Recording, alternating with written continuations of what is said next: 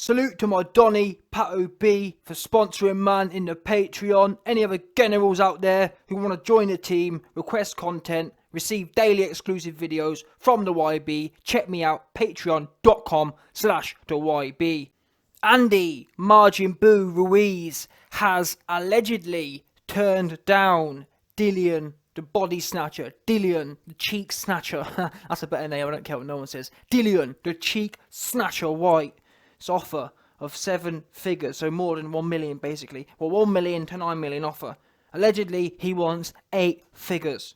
This guy is gassed with a capital G. What planet's he on? Listen, just because I'm pretty sure, despite everyone making up stories, Andy Ruiz got paid 20 million because Al Heyman and Andy Ruiz forced him. Just quickly, by the way, do you know how mad that was? Yeah, listen, check this quickly. When Ruiz beat AJ, yeah.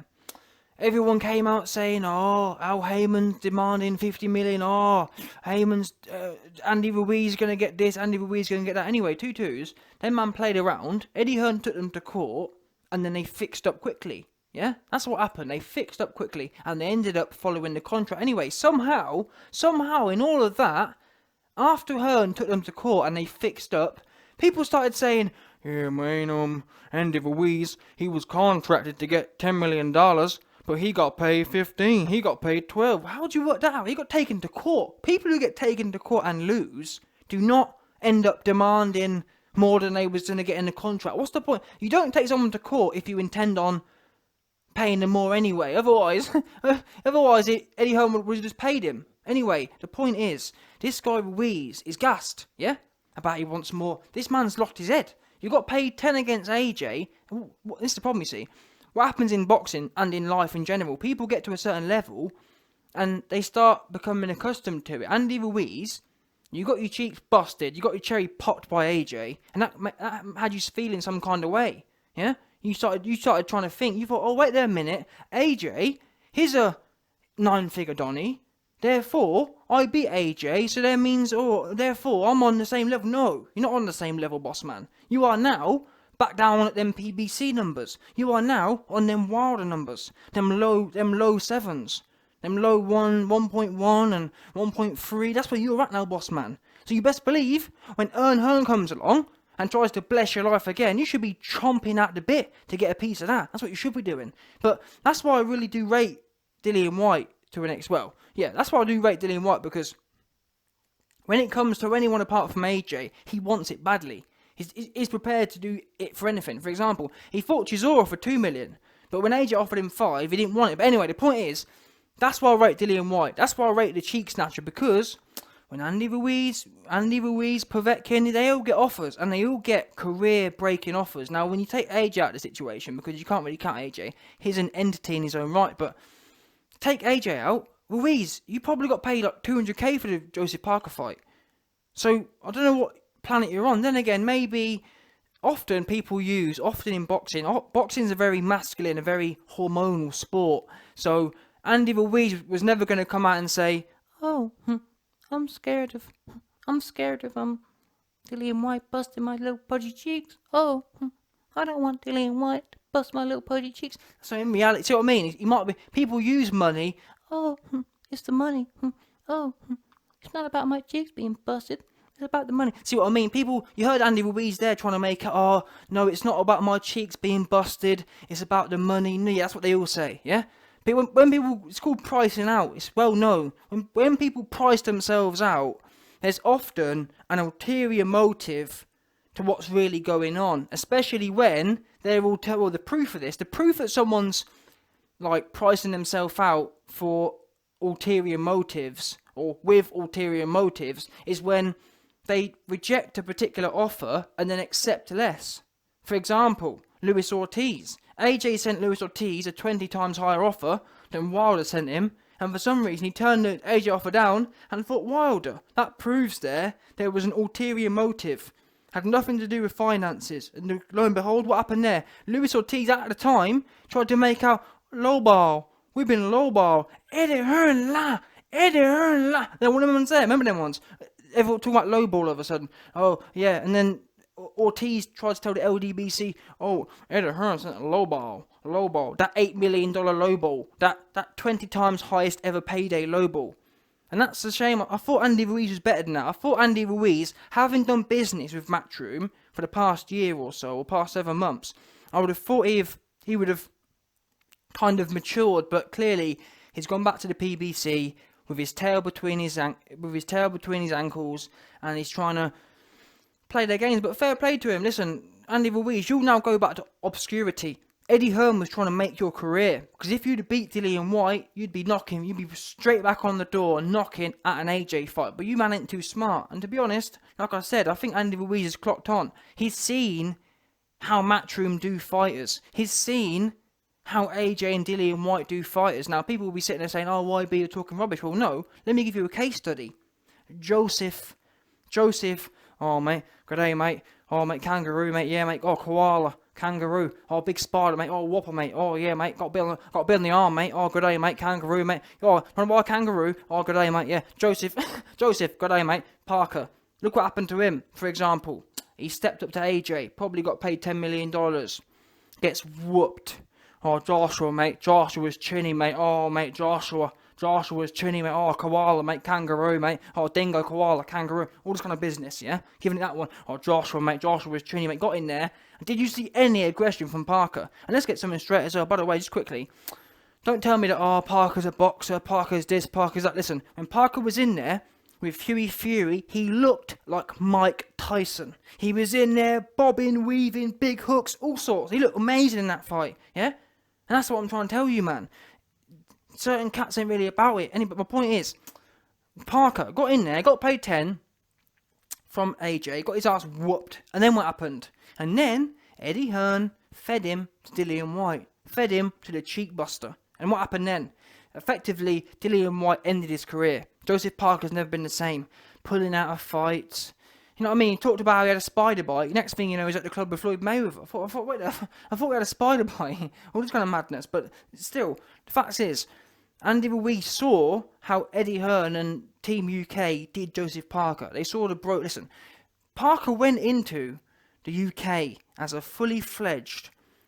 He went into the UK as a fully emasculated man, and he left with his cheeks sore, yeah.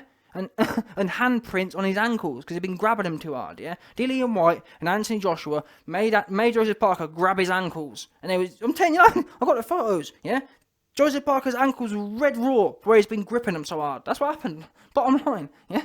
You can call it what you want. That's what happened. Joseph Parker came to the UK, never mind, not even just a man. He came to the UK as a world champion, WBO world champion. And he left with sore cheeks and red ankles. No doubt. That's what happened, did it not? Yeah? Andy Ruiz saw that and thought, wait there a minute. Half of this situation's already been completed. Because I've already got my ass whooped by AJ. The last thing I need is to be done like Joseph Parker. Yeah? That's what he sees. And it's not worth it. He's thinking to himself, you know what?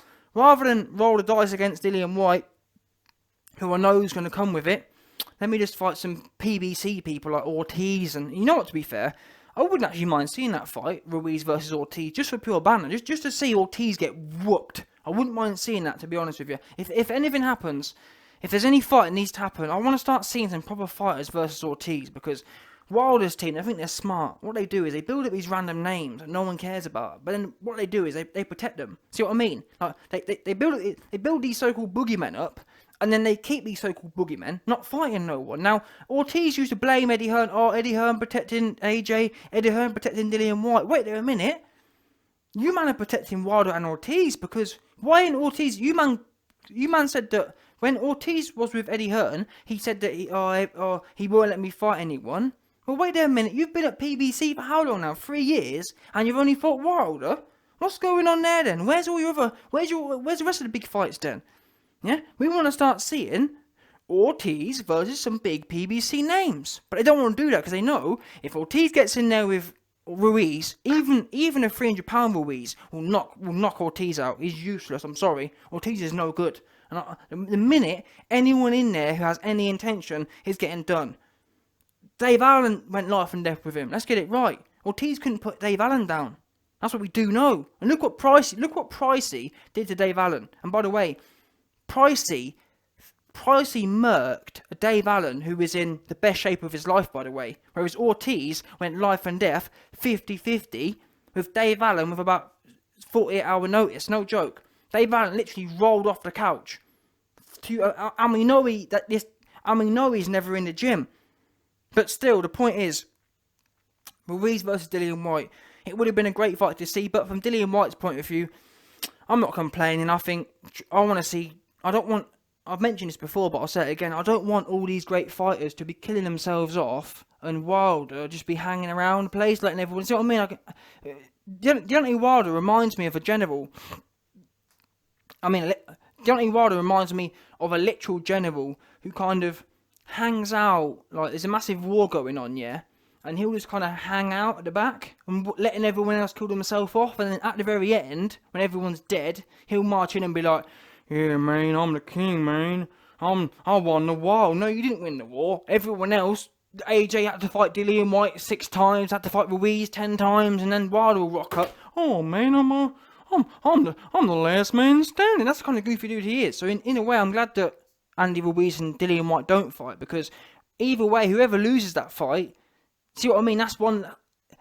Whoever loses that fight, Wilder will then say, "Oh man, he's a peasant. I don't fight peasants." See what I mean? So that takes one less person off Wilder's back. So no, I don't want that fight to happen. Ideally, I want everyone just to hang around and chase Wilder down. Yeah, Dubois, don't fight no one. Joe Joyce, don't fight no one.